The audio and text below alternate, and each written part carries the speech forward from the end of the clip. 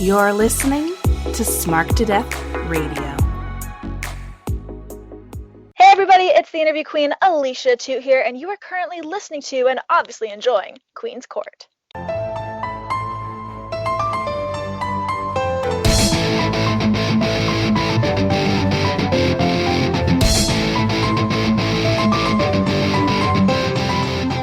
All right, everyone, welcome to this week's episode of Queen's Court with your girl, the Queen of NE, right here on Smart to Death Radio. And y'all, this one has been in the works for a while, since like May, and I'm really excited about it. I'm so honored that these gentlemen are here. It's a little New England love. It's a little meat love of that grill. Things are going to get hot and flaming as my favorite meat boys are in the house with all of their magical creations and awesome insight. I have Sull and Murph. Meat boys, you're in the castle. Hello. All hail the queen. Welcome. Well, I appreciate that. I'm so pumped that you guys are here to talk some SummerSlam with me.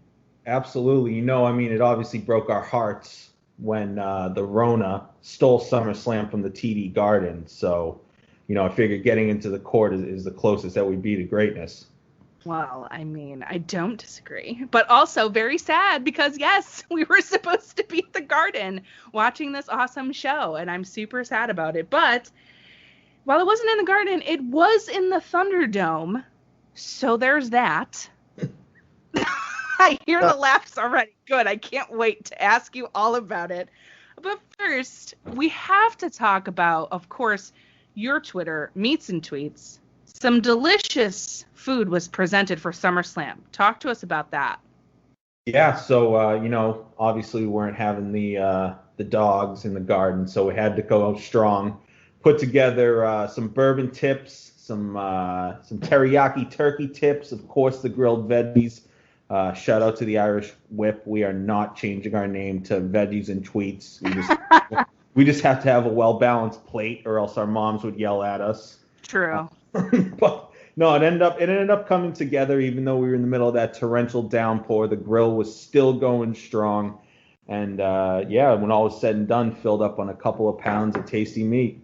Oh, I love seeing what y'all put together for every show. It's always exciting, and it makes me really hungry. And then I get sad because my food doesn't look nearly as good. But it's one of the main reasons I follow y'all, because also you're nice. But I love all the food that you guys present. So when it comes to SummerSlam, you went all out. It's super fun. Let's talk about your overall thoughts on the show itself. Because for me personally, I wasn't really too sure about this pay-per-view. Going into it, I looked at the card and I'm like, I don't know. Some of this could be good. Some of this could be kind of weird. I'm not really sure how I feel about it. And I actually was pleasantly surprised. So I'm dying to know your overall thoughts of the show itself. Yeah, we couldn't agree more with you on that one. Coming into this, looking at the lineup for SummerSlam, I think there were 7 or 8 matches, which, it doesn't scream big card feel in any kind of way. There were a lot of, title matches, but then you look at one of the matches is a very unproven Dominic Mysterio, where that match could have gone any way. Mm-hmm. A Mandy Rose and Sonya Deville rivalry that could end up on the pre-show. I thought it was one of the better feuds coming into SummerSlam. But, for a lot of people, they might just skip over that type of match. But honestly, by the end of it, I was pretty impressed by almost every single match. And, especially that Sonya Deville Mandy Rose match. Dominic Mysterio blew me away, to be honest. And shocking, yeah. And the ending was, we can get into that after. That was something else. That really made me a little upset that we weren't there at the Garden to see that. Because can you imagine the pop? The pop that Roman has deserved his entire career. I feel like we've been waiting on that, huh? Yeah, 100%. And then it happens in the Thunderdome. So I heard the giggles before. Tell me, what do we think about the Thunderdome aesthetic? It's one of those things coming in where it's like it's hard to not think it's cheesy. Even watching these NBA playoffs now, they have the virtual fans in the crowd, and it just feels kind of silly. but at least it gives some kind of atmosphere. Whereas I feel like it's better than, the fake wrestlers in the crowd who are pretending to be audience members or whatever chanting. This actually gives some kind of atmosphere to the event. And all in all, I actually liked it. Yeah, I feel like aesthetically, when you look at the dome itself, like the actual LEDs and the lights and the way that it's set up, I think is really stunning, especially when all the lights come on. Like the Fiend's entrance, which we'll talk about later, was so magical in that Thunderdome, and it was even more intense and scary. It's just kind of strange sometimes when you look in the crowd. It looks like a giant game of Guess Who. You remember that as kids, right? Yeah. It's like Guess Who. But I agree with you. I think while I give a lot of props to those NXT and PC performers for standing for all those hours and cheering for all those matches or booing or slamming the plexiglass, no offense to them. I give them a lot of credit because that's a lot of work to do. But I think it gives a different feel and a vibe. And I think by the end of it, I didn't really so much like it on SmackDown, but I liked it a lot for this show.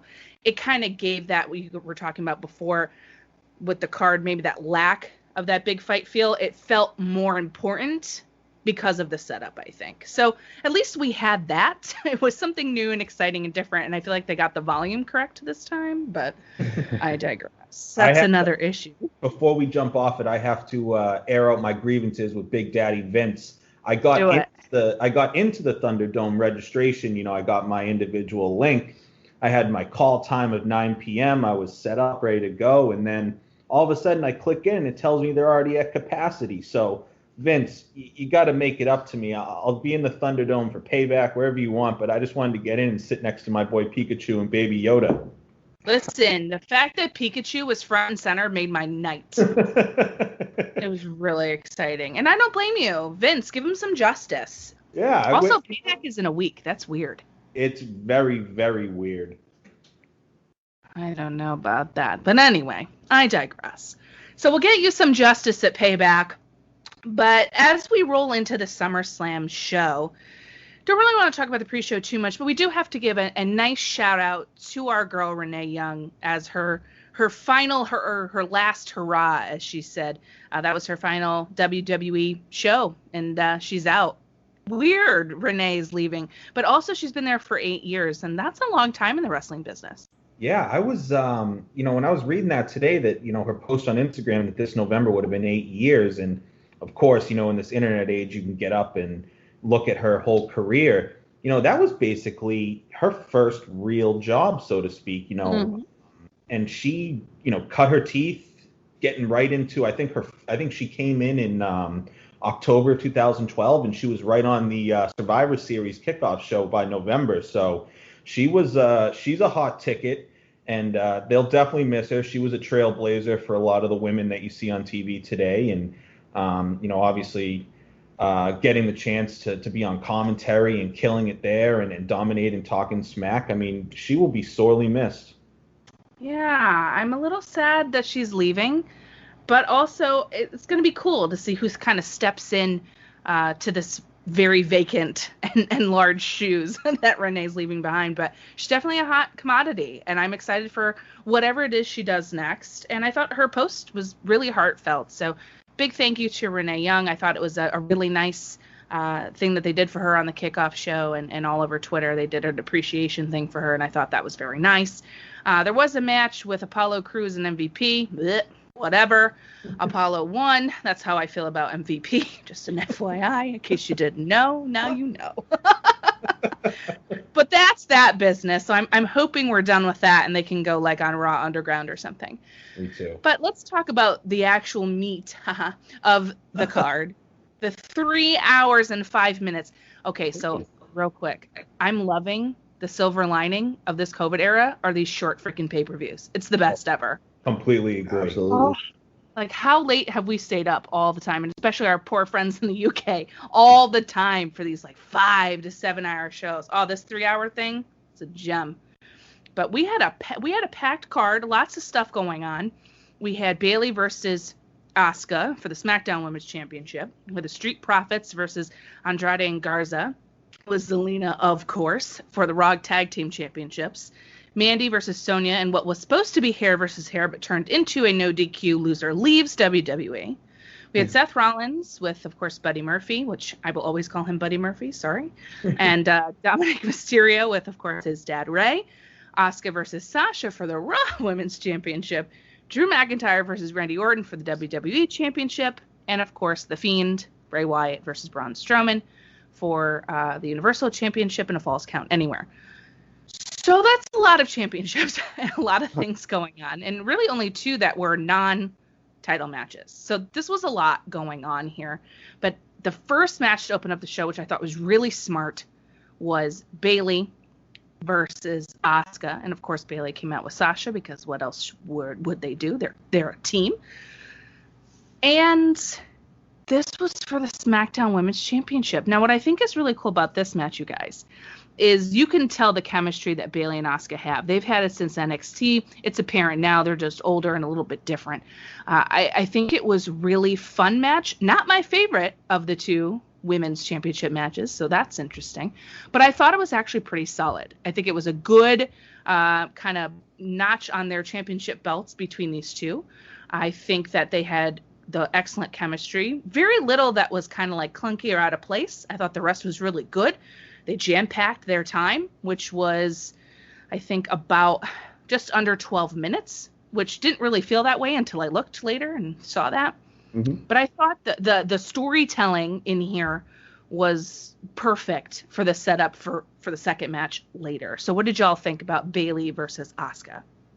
Yeah, absolutely agree with you. I love that they started the card off with this match, obviously considering that Asuka had the duty of 2 matches on the night.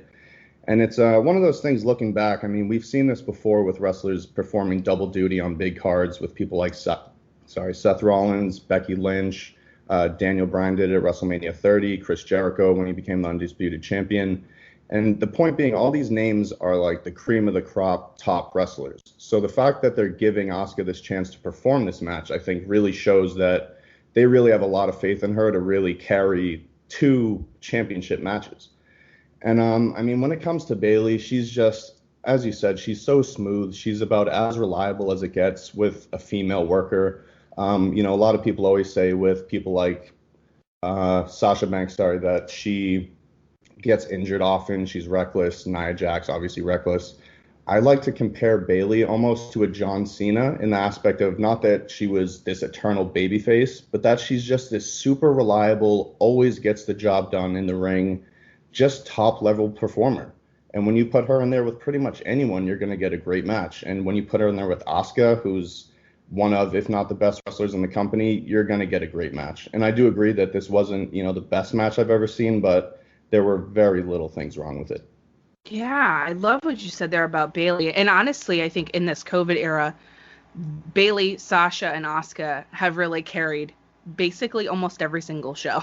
And Asuka, whether she's dancing down the ramp or hanging out in the ring, kicking butt, or if she's on commentary, one of the best things ever. She's just so versatile. And you're right, this puts a lot of faith in her from the company to say you're going to be in these 2 title matches. They've pushed her really hard during this COVID era, and I really like that.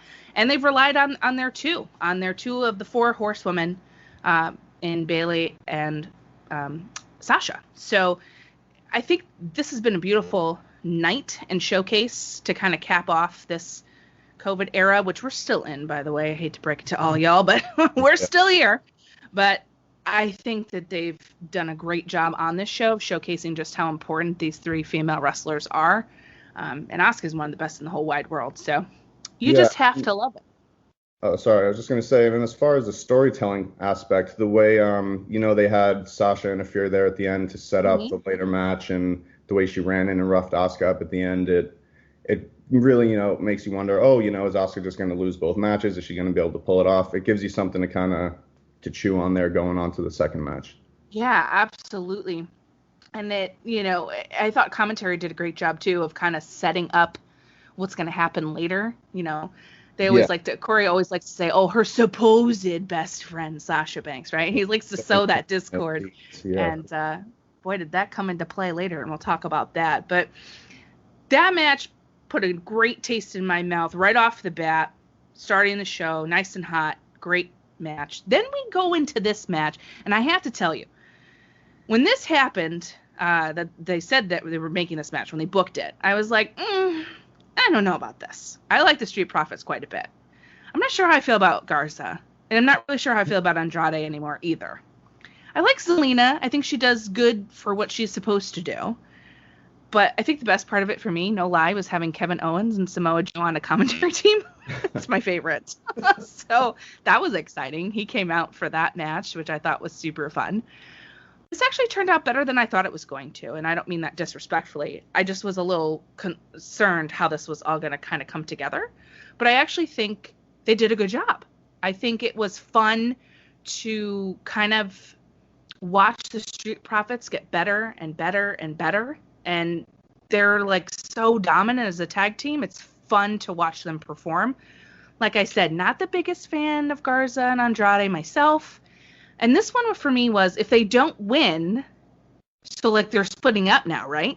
Like, what is the point of this? They've been together, but they haven't won anything. So for me, it was kind of one of those moments. Either we're going to win the titles here and we're going to go forth with this, or they're going to break up. But I don't know if that's what we're going to do. So it left a lot of questions at the close of this match, but I was really excited for the Street Profits. So what did you guys think?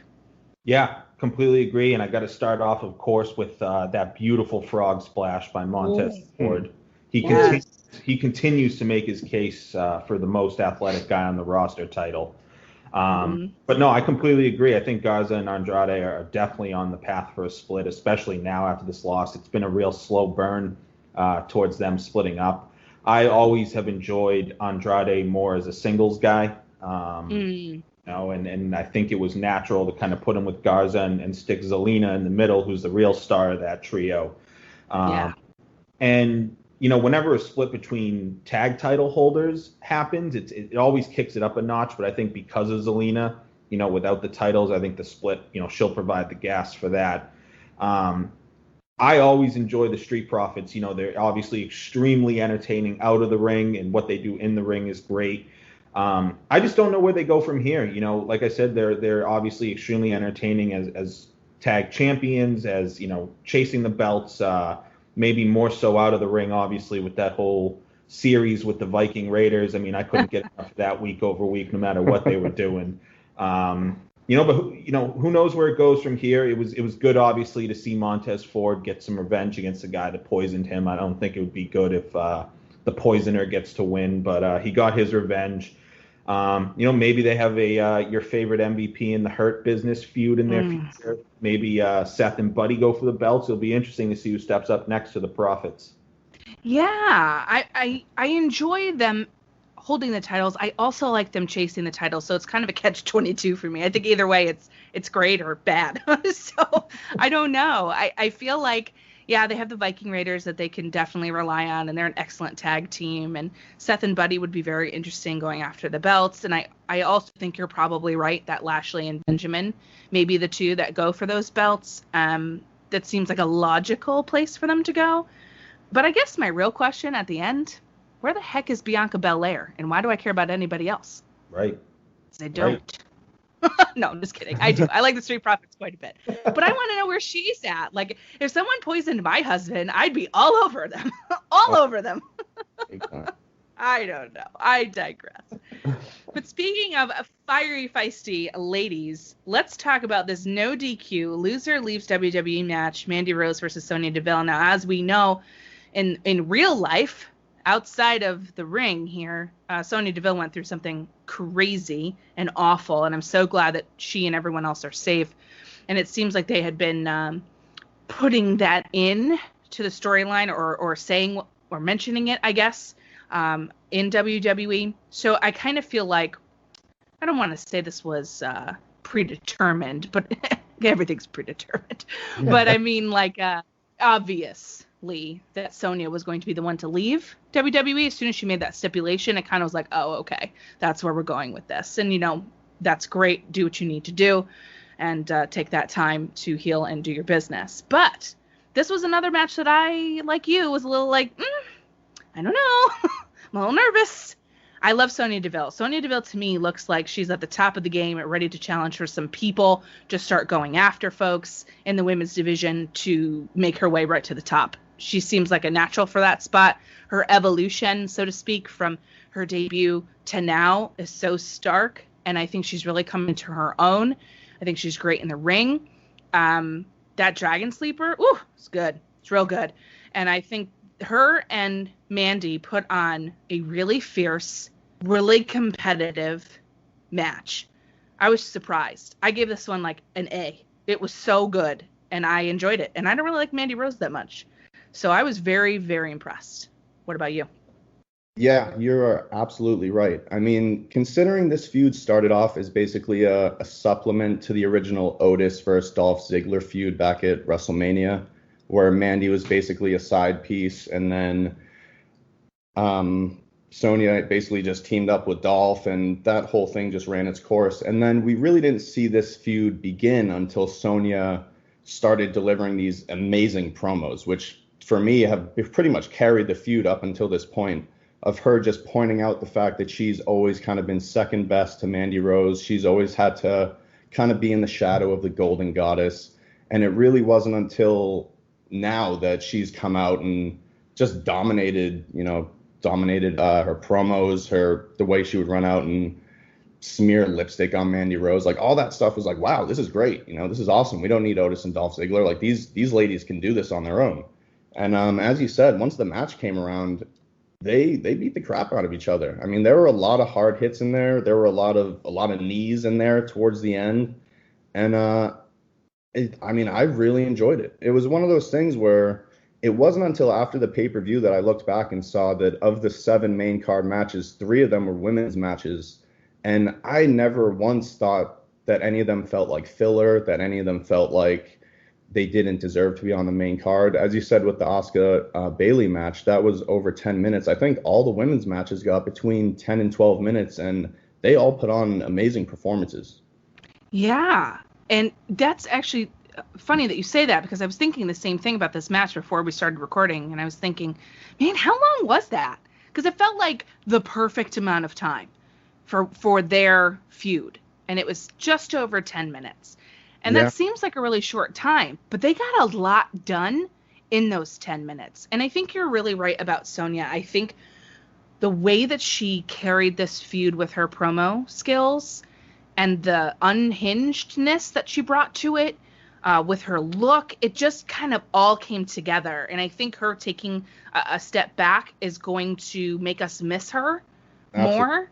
So when she comes back at the Royal Rumble, I think that might be my guess. I mean, would be cool. Watching this match, it felt like more of the first chapter to a longer feud rather than this being the definitive conclusion. As you mentioned, there's reasons outside the ring that we have to kind of put the brakes on it right now. But obviously, if they had a shave your head stipulation, that would have been the first match. The second match would have been something crazier, and it would have gone on. So as you said, if whenever Sonya comes back, I'm going to be excited for it. I'm going to be really excited for it, and I agree. And I think she can slot herself right into the top spot pretty much right away. And even if they wanted to revisit the feud with Mandy, they could. That's something that they could pick up whenever they want to. And I think they put themselves in a great position for that. Yeah, I'm interested now to see what they kind of do with Mandy, whether she goes forward on SmackDown as kind of being this babyface top women's wrestler or like competitor, or if she goes back to kind of being Otis's valet, because he's lost a considerable amount of momentum since he won. Oh, yeah. So, I mean, he obviously came out and they had their little caterpillar dance off or whatever when she won her match. But I was like, oh, yeah, Otis. I forgot about this guy. I kind of want to see Mandy go on and do her thing. I almost feel like he's kind of pulling her down now. So it'll be interesting to see where they go with that one. Which is so weird because he's Mr. Money in the Bank. So, like, you'd think it'd be a bigger deal, and it's not. So I'm kind of curious as to why they're doing it that way. But maybe now that this is, Mandy won, and maybe she'll be in a better position for her, her own career now, maybe they can start to kind of pick up the Otis storyline, because we've had several pay-per-views, and I feel like there hasn't really been really much mention of the briefcase. No, never once during the match. Kind of weird. I think he might cash in once. Not even commentary, right? Just weird. It was weird. But speaking of weird, Seth Rollins is weird. I don't know how I feel about this gimmick, and I'm very curious as to your thoughts about it. I kind of just would like him to go away. But this match, very interested to see how this was going to go. I like that emotional storytelling, right? So you got that sinister, weird Seth Rollins, right, putting a beat down on Ray's son, and you get so much of that connection and draw into that. And I think they did that very well in the build and also in this match.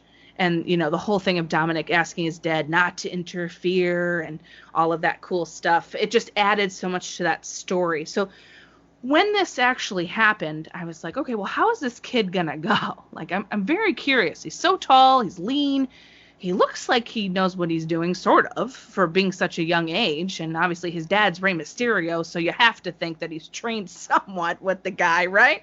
So gotta be something cool. This turned out to be one of my favorite matches of the night, surprisingly.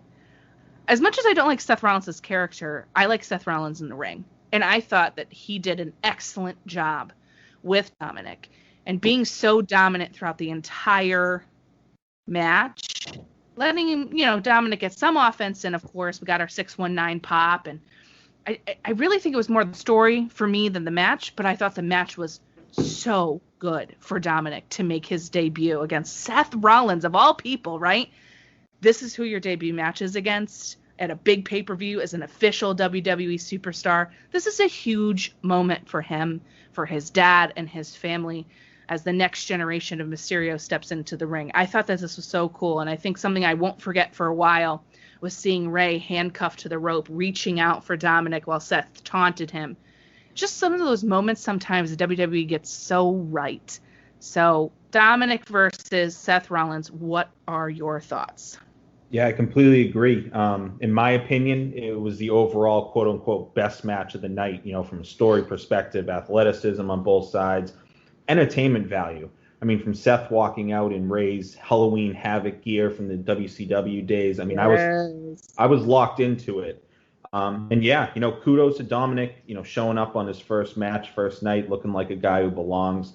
Of course, that sliding 619 on the apron was great. And the Uncle Eddie frog splash, stick out. But yeah, in a pretty lengthy match, I think it may have ended up being the longest one of the night. Dominic's cardio held up. His charisma was off the charts. And, like you said, he obviously asked Ray to stay out of it, but he stayed out as long as he could until Buddy Murphy got involved and all bets were off. When Mrs. Mysterio came out and the Messiah and his disciples started to make their way up the ramp, I thought we might see, a truly sadistic Seth. But it was really cool to see Dominic come roaring back and make that save. That was a big highlight of it. And, like you said, just enough was done to legitimize Dominic, at least for a night, while Rollins, of course, kicked it into another gear to ultimately get the win and keep his momentum going. The biggest thing, for me, the two questions coming out of it is, of course, where does Seth go next? Maybe Ray steps up for a match against Seth for honor in his eye. But, the other one is, where does Dominic go? I still would very much like to see some sort of a heel turn from him, maybe joining the disciples of Rollins himself and leading to a father versus son retirement match for Ray. But, like I said, overall, I thought it was the most entertaining match of the night, and I'm excited to see where both of the guys go from here. Yeah, I think that's a very good point right there. What happens now? Obviously, with Payback in 1 week, you have to imagine something's coming down the pike. Right. Is it going to be Ray versus Seth for Payback for his son? Or does Dominic get his comeuppance and revenge at Payback? And does Ray get involved here? And then maybe that sows some discord between father and son. And then maybe eventually we might get that heel turn that you've mentioned. That could be cool. I think it would be really interesting to kind of see where he would be. And it puts Dominic in a good spot, right? He's young and new, and being in a group with Seth Rollins, I don't think would be necessarily a mistake. I think that would be a really cool and interesting angle. And, I mean, who in the business can say that they had their retirement match against their son? I mean, that's pretty cool. Right. So we'll see if that happens. Maybe you're right. I don't know. But I think the better thing is what you said at the end there. What happens now? Where are we going? I assume on Raw we will get those answers at time of recording.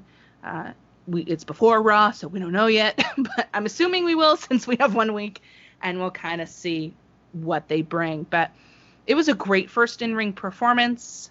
He had a lot of pressure on him, and I thought he did really well. So what a great story between all of them, you know? Definitely. And that leads us into my match of the night, the Raw Women's Championship match, Asuka versus Sasha Banks. Holy crap. This match was so hard-hitting and nasty and brutal from top to bottom. It was so good. Now, Sasha and Asuka also have a history. They look great together. I just thought something about this match had that little extra seasoning to give it that kick forward over her match with Bayley. Something about the way Banks was with Asuka and Asuka with her, it just had that extra oomph that made it super special. It was a smart match, really cool psychology and counter moves.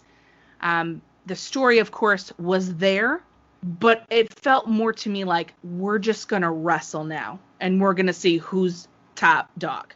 Is it the Empress or is it the Boss? That's how that felt to me, whereas Bayley was like, I'm just going to do whatever I need to do to beat you.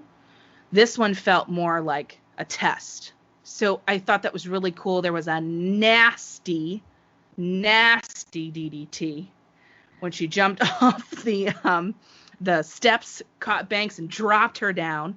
And then an even nastier powerbomb off the apron onto the floor. Oh my God almighty. Sunset flip Wildness in this match. It got me out of my chair excited. That's the kind of women's match I want to see. And actually any match in general. If you can get me that into it, I'm here. This was super fun. But the story that picked up from the Bayley match was Sasha in the Asuka lock, calling for Bayley. And what does Bayley do? Not a damn thing. And the Boss loses, and Asuka becomes your new Raw Women's Champion. Oh boy. Here we go. What do we think about this one? Yeah, I mean, as you said, this match was just hard-hitting from the get-go. I think Sasha just charged her right out the gate, went after her leg, and from there on, they were just countering each other, kicking each other, powerbombing, DDTing, just whatever to, as you said, try to put the other person away. Whereas the Bayley match was nice and smooth, this was a fight. This was a brawl, and these two girls brought it. And I agree with you. This was, if not the match of the night, I mean, it was one of definitely the most entertaining matches of the night, because in 12 minutes, these girls just went nonstop, and I had a blast the whole time.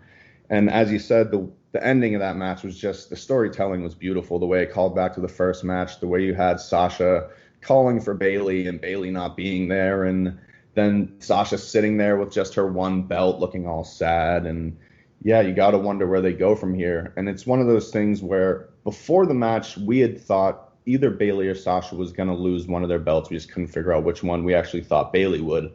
But looking at it now, it makes so much more sense for Sasha to lose her title, because this lets Asuka take the Raw Women's Championship, go to Raw, where she has an unfinished feud with Nia Jax. Their last pay-per-view match, I think, ended in a count-out, which was kind of weird. She has Shayna Baszler over there. She has Bianca Belair over there, as you mentioned. So a lot of potential challengers over there, whereas now Sasha can come over to SmackDown, possibly lose the women's tag team titles, and get this feud kicked off with Bayley for the SmackDown Women's Championship that we've all been waiting 5 years for since NXT Brooklyn. Yeah, that's it right there. That's the story of where they're ultimately going to. And I hope they draw it out. I hope they make us wait, and it gets even more tantalizing, because they've been teasing it, and then they pull it back, and then they tease it again, and then they pull it back, and now they teased it here with Sasha losing. And I do feel badly for her. Every time she wins a championship, she can never successfully defend it, and that's a huge bummer. It's a tough pill, right? It's a tough pill to swallow for her. But Asuka getting this championship, like you said, perfectly makes sense, right? So much more for her to do over there on Raw. Whereas now Sasha and Bayley can defend the tag titles. Bayley can continue to be annoying, and Sasha can start to, sow those seeds even deeper of that discord between them. And we finally will get that match that we've been waiting for. And boy, oh boy, if that's anything like that one in Brooklyn, I don't know how we can ever be upset about that. I do hope down the line that Sasha is the one to dethrone Bayley in the end. I think it would just be so sweet. Oh, absolutely. If they do have that match, hopefully they're able to get Izzy in the stands, if that's at all possible. Well, that would be fun, wouldn't it? So, banger of a women's match leads into another banger, which I'm sad it didn't main event, but I get why. Drew McIntyre versus Randy Orton for the WWE Championship. Man, Randy Orton has been on fire since the Royal Rumble. It's just gotten better and better and better with him. Those promos, that shit talking to Edge, that whole feud with Edge, it's just, I don't know. When Randy Orton puts his effort in, truly puts it in, it's top-notch stuff. It's hard to compete against that. And boy, did he come out sinister and truly viperish here, especially after what he did to Ric Flair. Ric Flair, man. Oh, God, so nasty, Randy. It's terrible, but great, but terrible. So going into this one, I thought this was a great foil for Drew. What a great spot for them both. And I thought this was really, really fun. I was so excited to watch this match. What I loved the most was the methodical, slow, menacing pace. Then it picked up just at the right moments when it needed to get a little more brutal and needed to get a little faster, and then they pull it back. Randy Orton has excellent pacing in the match, and I thought he and Drew just beautifully choreographed that whole thing to give us an absolute slapper of a main, co-main, if you will, event for the title. It almost felt like Randy could win it, which is what I love. I love when they make me believe that someone else could take the title away. That's how you know you have a good matchup and you have two good people they're about to face off. So, as we know, Drew ends up retaining here. What a great spot. It was physical, intense, and what you want out of a championship match, at least what I want. So, loved it. And by the time this match happened in the show, I just was like, I can't believe how much I'm enjoying this. This is really good. So, McIntyre, Orton, what do we think, boys? So it was interesting because last week WWE put out, an Instagram poll asking who was Mr. SummerSlam, and in my opinion, especially after last night, Randy Orton is Mr. SummerSlam to me. Obviously the case can be made for the likes of John Cena, maybe The Rock, but year over year, Randy Orton has consistently been a part of and put on great SummerSlam matches. On the other side, I've really liked Drew's championship matches. They haven't really been the standard get beat down for 75% of the time and then, rally for the win at the end. Mm-hmm. Like you saw last night, both guys dished out 50% of the punishment. I was pulling really hard for Randy to win this one because I've loved the return of the Legend Killer, from the Royal Rumble through WrestleMania to now. I thought it was finally time for that 14th reign. He was taking out all these legends again. He took out Ric Flair, R.I.P. in peace, Ric Flair's nether regions. Oh. But what I didn't see coming, and I ended up finding pretty cool about the match, and will probably open the door to a rematch, is that neither guy hit their finisher. There wasn't one finisher successfully completed in the match. And, like we said, Drew won it with a roll-up.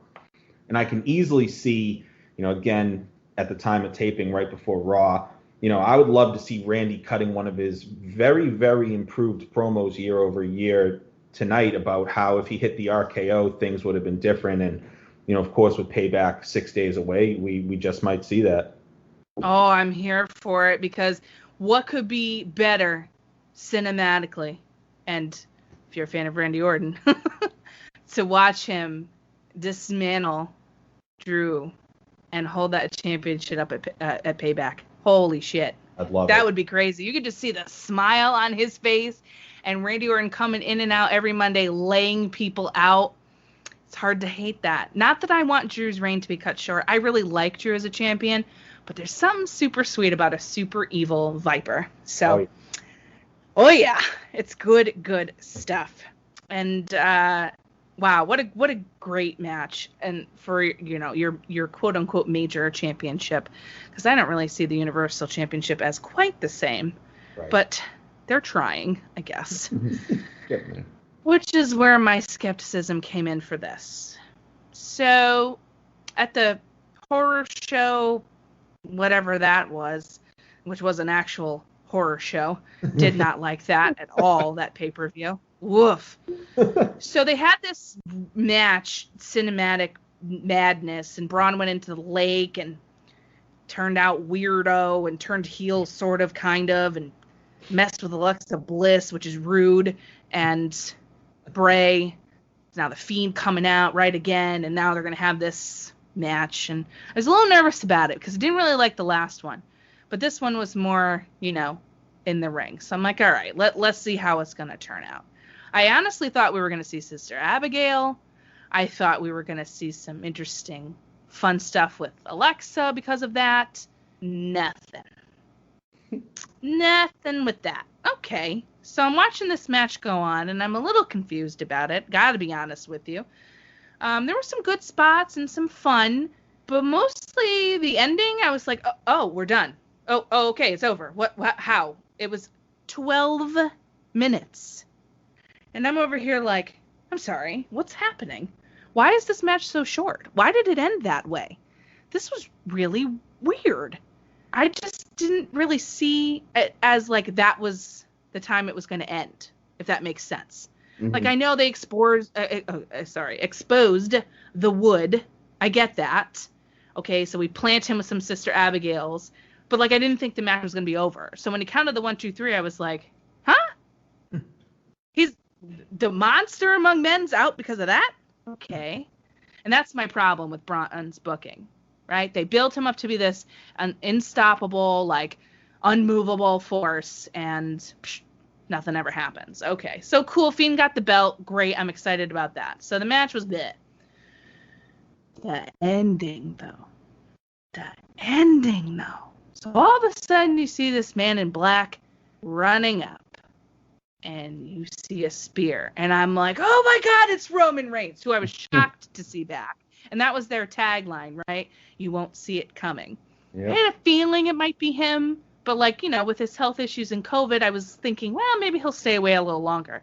Right. Oh no, he came back, fresh whitened teeth, slim and trim and mean, and wearing this great shirt. And he starts saying, you're a freak in a mask, and I run this bitch. And like, wow. It was a different Roman that we've been clamoring for, as you said at the top of this show. Fiend Strowman, and ultimately the ending with Roman returning. What do we think? Yeah, I mean, that Roman ending, we had actually tried to make a little you'll never see it coming prediction. We thought a heel John Cena would return and be the leader of Retribution, but that was a little too far-fetched. But we definitely didn't see a Roman coming back, as you said, because of health issues, whatever. But I was just blown away by that. As you said, the match was ho-hum. Even coming into it, the whole inclusion of Alexa was just so like, is this because of Team Little Big, or is she supposed to be Sister Abigail? Like, what kind of angle are they going with? It seemed like that didn't really have anything going on. Honestly, when the match started with Strowman blowing over the Fiend through a barricade, then choke slamming him onto the announce table, hitting him with the stairs, and then hitting him with the power slam, and the Fiend kicked out at 1, I was like, oh, okay, the Fiend is going to win this match. Thank God. Right.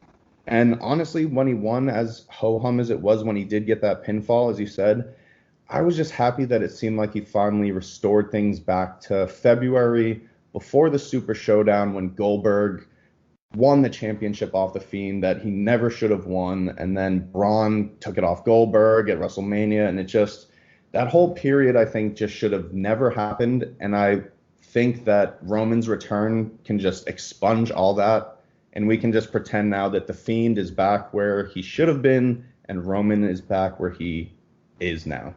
Yeah, I totally agree with you on that one for sure. that Goldberg thing is like a blip on the radar I'd like to erase for sure. And I feel like a lot of us feel that same exact way as you just described. So yes, please. The Fiend never should have lost that title in the first place. No, thank you. But, a lot has to be said, too, about Braun. Braun stepped up into the Roman Reigns spot, right? Because when COVID happened, Roman had to go for health concerns, obviously. And, Braun stepped into that spot, if you will. And I just feel like that match was just kind of like, okay, Roman's back, so you can go away now. So that was a little like, ooh, in the booking. Yeah. So the match, bleh. But Roman, I'm glad he's back. I think if they're going to play him like they're starting to show us with that whole wreck everyone and leave motto, okay, woo, getting a little hot, getting a little heelish, a little bit heelish. I wouldn't say full heel, but heelish. I think it could be very interesting. So I'm curious to see where Fiend versus Roman is going to go, and I kind of hope they give it time to breathe and have a really good story. Because I feel like it'd be wasted if it was too soon. Yeah, for sure. I mean, for as it seems right now, Roman has the fans on his side. If he is a heel, I guess the Fiend is obviously a babyface, so it'll be interesting to see how they go about this feud. Yeah, for sure. SmackDown will be very interesting this week to kind of see how they play that all out as we move towards Payback. For sure. Yeah, I really agree. I think they actually set themselves up, as we're winding down here, I think they set themselves up for this very interesting TV programming moving forward after SummerSlam. How do you guys feel about that? Do you think they put themselves in a good position, or? You mean like regarding Payback next weekend? So soon? Yeah. Yeah, I mean, that's a wild one. Even like Bayley and Sasha apparently have a women's tag team title defense, I think, so that they could be planting more seeds for their dissension. I haven't looked too much into the later cards going on, but it seems like they definitely have a few things lined up going forward. Yeah, that's what I'm looking forward to, even beyond Payback, just to kind of see how they're going to build some of these new programs. This is just very quick, so I'm hoping they give us some good stuff, but nothing crazy as we move forward here. But I haven't been watching weekly WWE because I haven't really liked a lot of it.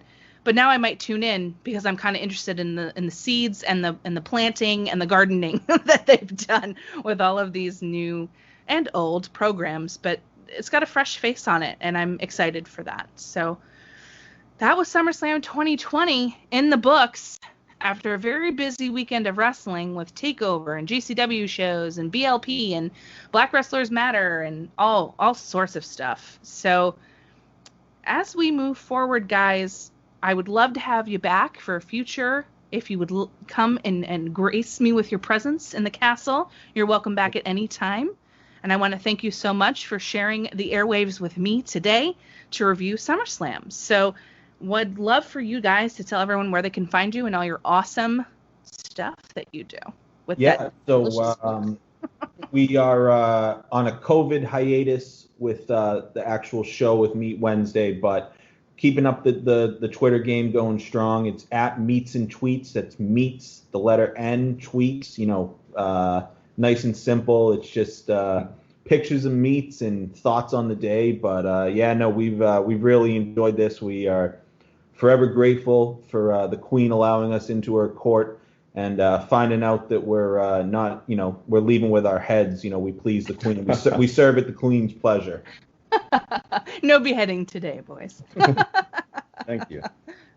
Well, yeah, you're welcome. So I appreciate you guys so very much for coming on the show. Like I said, you're welcome back anytime. Everybody I've linked to, of course, in the tweet for this episode and in the episode description, so you can go hang out and see what all is going on with Meats and Tweets. And hopefully this COVID hiatus won't last too long because I like listening to your stuff. So, well, we'll hope the Rona eases up for many reasons, but for that too. So thanks again, boys. Such a fun time. And for all y'all listening, enjoy the rest of your day and continue to be kind to one another.